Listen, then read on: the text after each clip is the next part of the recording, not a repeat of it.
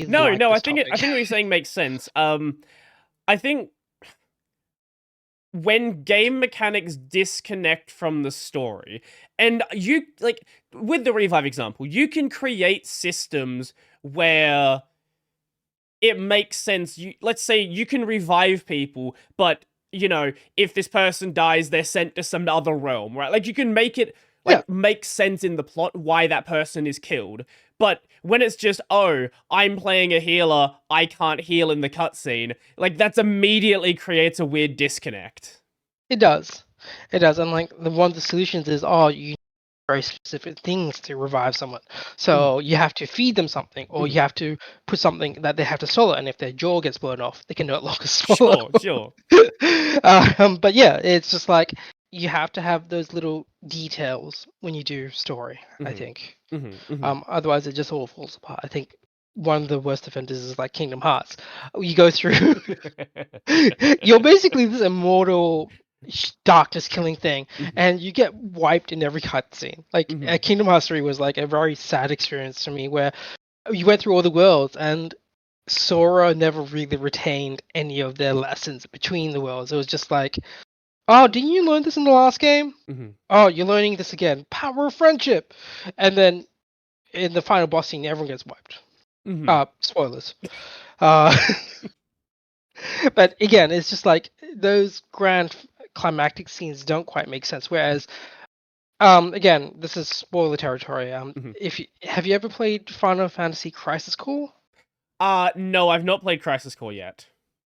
Okay, I won't spoil it then. But essentially, how the game ends actually feels thematic. They've Mm. tied in the cinematic with how the final fights go. Mm-hmm. They Mm-hmm. really make you feel those emotions, those endless moments. Mm. I won't spoil because if you ever get to the game, it's like a really great ending. No, I only It's one of my recently, favorites. like 3 months ago, played Final Fantasy VII, the original on the Yeah, PS1. So I need to get around to Crisis Core at some point. yeah. It's a good game. Pick it up. Mm-hmm. I very much enjoyed it. But Mm-hmm. yeah, it's like when games nail the blend between mechanics and story, you're you're doing a good job as a designer.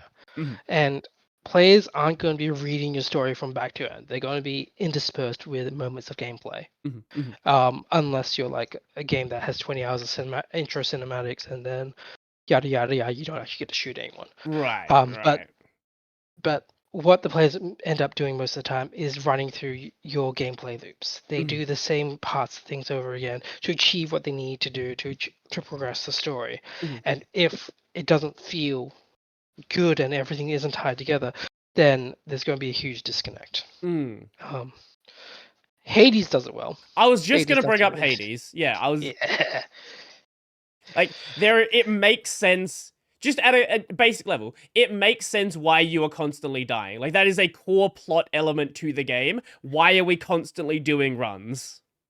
exactly. And it's just it feels so nice to know that these characters are immortal, but Mm-hmm. like they have a set respawn point, which is Mm-hmm. why they don't just like shrug off everything. Mm-hmm. And it makes every battle seem so frantic because you're you're at the bottom of the well and you're trying to climb up the spider's thread. Mm-hmm. You're fighting your way to victory, and every time you fall back down, it's like you have to go through the entire experience again. There's no shortcuts. There's no do-overs. There's Mm-hmm. just you need to get there, Mm-hmm. and it feels more frantic the better run you get. So, because like the first time you finish Hades is amazing because like, oh my god, I finally beat it. I've Mm-hmm. gone through all of this, I these just finished trials the and tutorial. tribulations. Yeah. Um, and it's the entire experience. The story is you fighting through hell, Mm-hmm. and I think they've done a great job at that. Mm-hmm. Yeah, I completely agree. When then Um, even just like later elements, like when you go to the surface and it like all of this is justified, or once Hades decides he wants to not be an asshole, why he continues to fight you at the end of the run. Like mm, it all makes sense why he continues to do so. it does, and it's just good writing with a nod to what you're actually doing. Mm-hmm. Because Yeah. I don't know, there's so many games out there that don't it feels like the narrative, the mechanics, the art, they're all separate fields that are siloed and they've never talked to each other. And that means that nothing's intertwined. And I think that's why indie games are doing better than AAA games in terms of innovation. Because, as you said, you could be the door guy at a AAA company. You have no context for the rest of the world. You could easily forget or not be told about, doors don't matter because this character can run through walls. So then, why are you making doors? Right. You know what I mean? Yeah, So yeah. it's just all those little context things that are harder to flow through a big company. Not to say that they can't. It's just harder. There's just so much communication overhead. There's so much people that people don't always want to read or listen in or learn about the thing they're doing because they're treating it as a 9 to 5. They going in, they're doing the work, they're coming out, and then they're doing what they really want to do. Whereas with indies, you have to go in and do what you really want to do, and then clock out and be able to take a rest.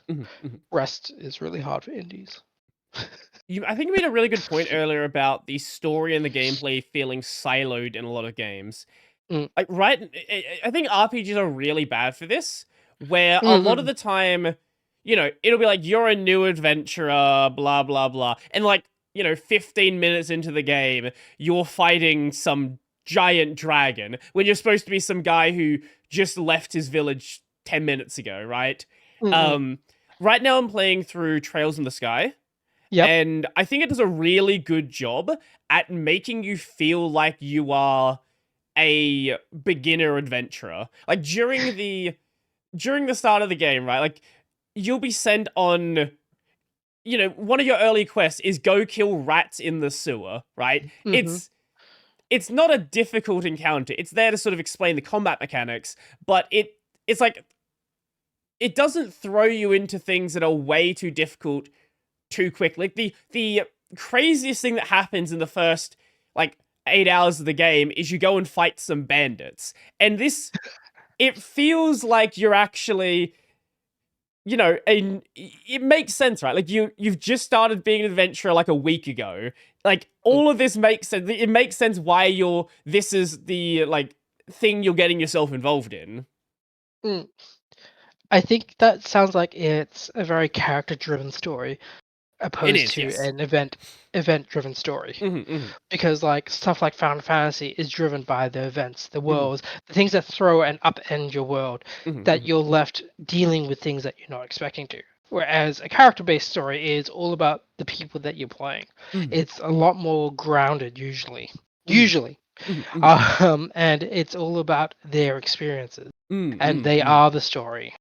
And I think that's where when you're going in as a consumer, you need to know what kind of story you're going for. Again, I'm always going to jump back to movie and cartoon references, but Bill, in the scheme of things, Steven Universe in the early days was a very character-driven story.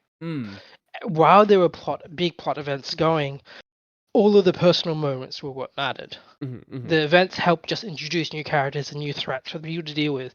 They gave new context to people's struggles, but the people who were at the heart of it is why there was so much of Steven's downtime and not with him going through and battling all the diamonds or whatever. And I think that's just people's taste in what they want to experience has changed.